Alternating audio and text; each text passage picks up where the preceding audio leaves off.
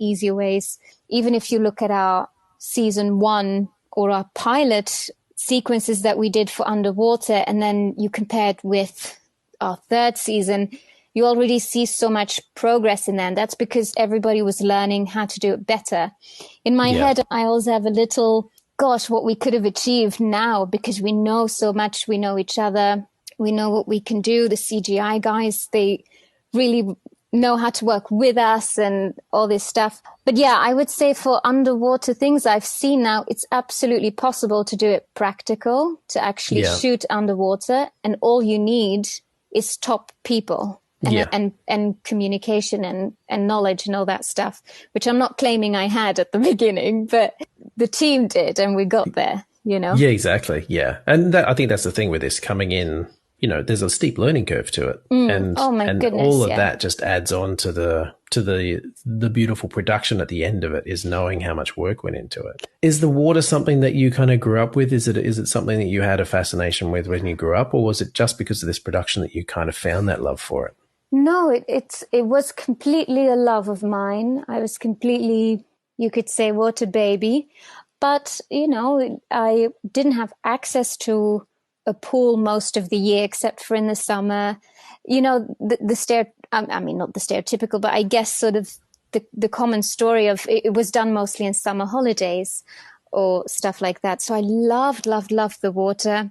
I loved The Little Mermaid, but it wasn't something I was actively near, and therefore completely unaware how much it actually would, you know, burst my heart open with joy as I found out. Then when I got the job, I was just over the moon, because the prospect of learning this as a skill, being underwater, that was just fun for me. But I didn't think that much of it other than, okay, it's sort of like learning a stunt. Like, it excites me, but okay, there it ends. Yeah. And then I had my first few sessions at the time in London still, before I moved to Vancouver for the pilot. And it was just in London with Liv Phillips, who was a competition free diver there, and she was marvelous. And so we did some breathing, and I was like, okay, this is interesting and great. And then she put on that monofin. She brought her competition monofin for me to try out. And we went to the pool, and so you know, I could do the moves already a little bit, probably not well, but enough. Yeah. And that when I first took the monofin for a ride and did the whip, and the speed with which I could go, and I still remember that feeling like, what is this? This is immense. This is pure freedom. I felt sort of like, I'm going to give you a movie reference. You know, the guy in Avatar, when he tries his avatar for the first time, and the character is paralyzed from the legs down. Yeah. And he has this avatar, and for the first time he can run again, which he thought he never would be able to do.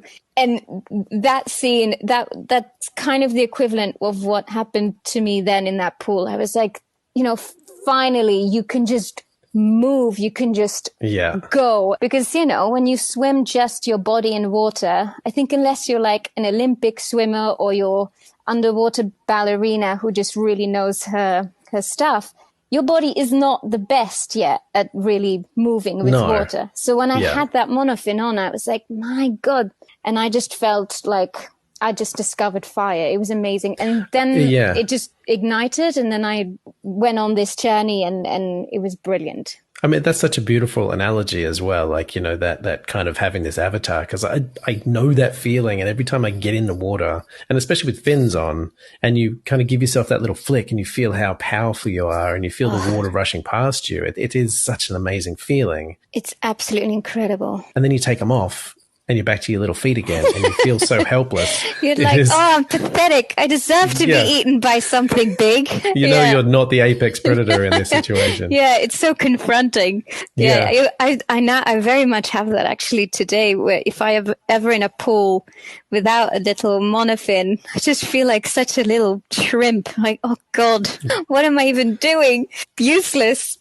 I mean, that's the thing, because you've spent... So let's break down a typical kind of shoot for a water shoot for this, because you are in a monofin the whole time, right? Yeah, so Siren was very much, I mean, I'm sure you've heard this from my fellow Dream Team colleagues who've been on your podcast, Roberta Sanides and Braden Haggerty, who are one is camera woman and underwater choreographer, teacher, free dive original mermaid extraordinaire. And so they were really almost like a second filming. So you had anything that we shot in the show on land, and then we had days in the tank days.